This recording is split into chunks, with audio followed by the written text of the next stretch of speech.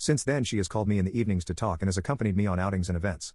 During my job-mandated therapy sessions, I told my therapist about this and he said Angie may like me romantically.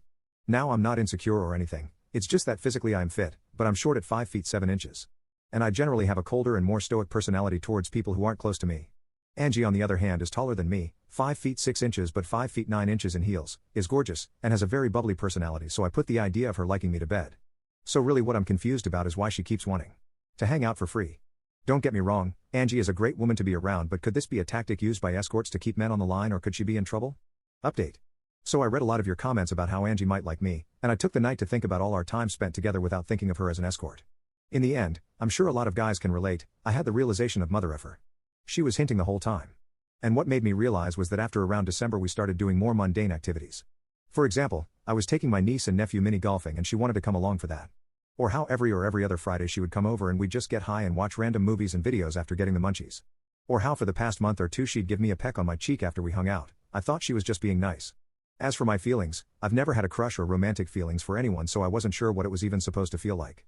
But what I am sure of is that I like having Angie around, and when she's not I miss her. So Friday comes around and we're baked in watching Lion King. The movie gets to the part before the stampede that unalives Mufasa and Angie just starts crying. I ask her if she's okay and she said that the coming scene always made her sad. Then she kinda just moved over and put her head on my shoulder. The scene gets over but she puts her blanket over me and stays there for the rest of the movie. Credits roll and she doesn't move. I kinda had a F it just send it moment and lightly kissed her on the head. She kissed me and things kinda escalated from there. We had a long convo in the morning and she said that back at the wedding she genuinely had a good time and didn't feel like she was working, and that's why she asked to hang out again.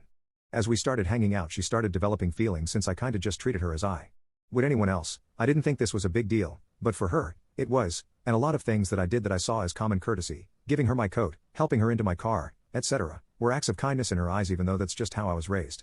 When she started working as an escort, she lost the few friends she had, and any time she tried dating people would sexualize her when they found out what she did. So outside of her few escort friends she had no one. When she finished school in December and became a pediatric nurse, she started reevaluating her relationship since she was no longer an escort, and she felt that I was one of the few people that treated her kindly even as an escort. She wanted to continue seeing me. I was a bit confused by what she said next, but she said that she felt safe and calm with me, which I didn't really grasp but accepted. I told her that I liked her, but due to my past and personality I might not be the kind of man she wants to be with, but she shot that down immediately and told me I was acting stupid. We decided that it really wouldn't make sense to start over and start dating since we've spent the past few months together and we kinda just picked up where we left off. So we much became boyfriend and girlfriend that day.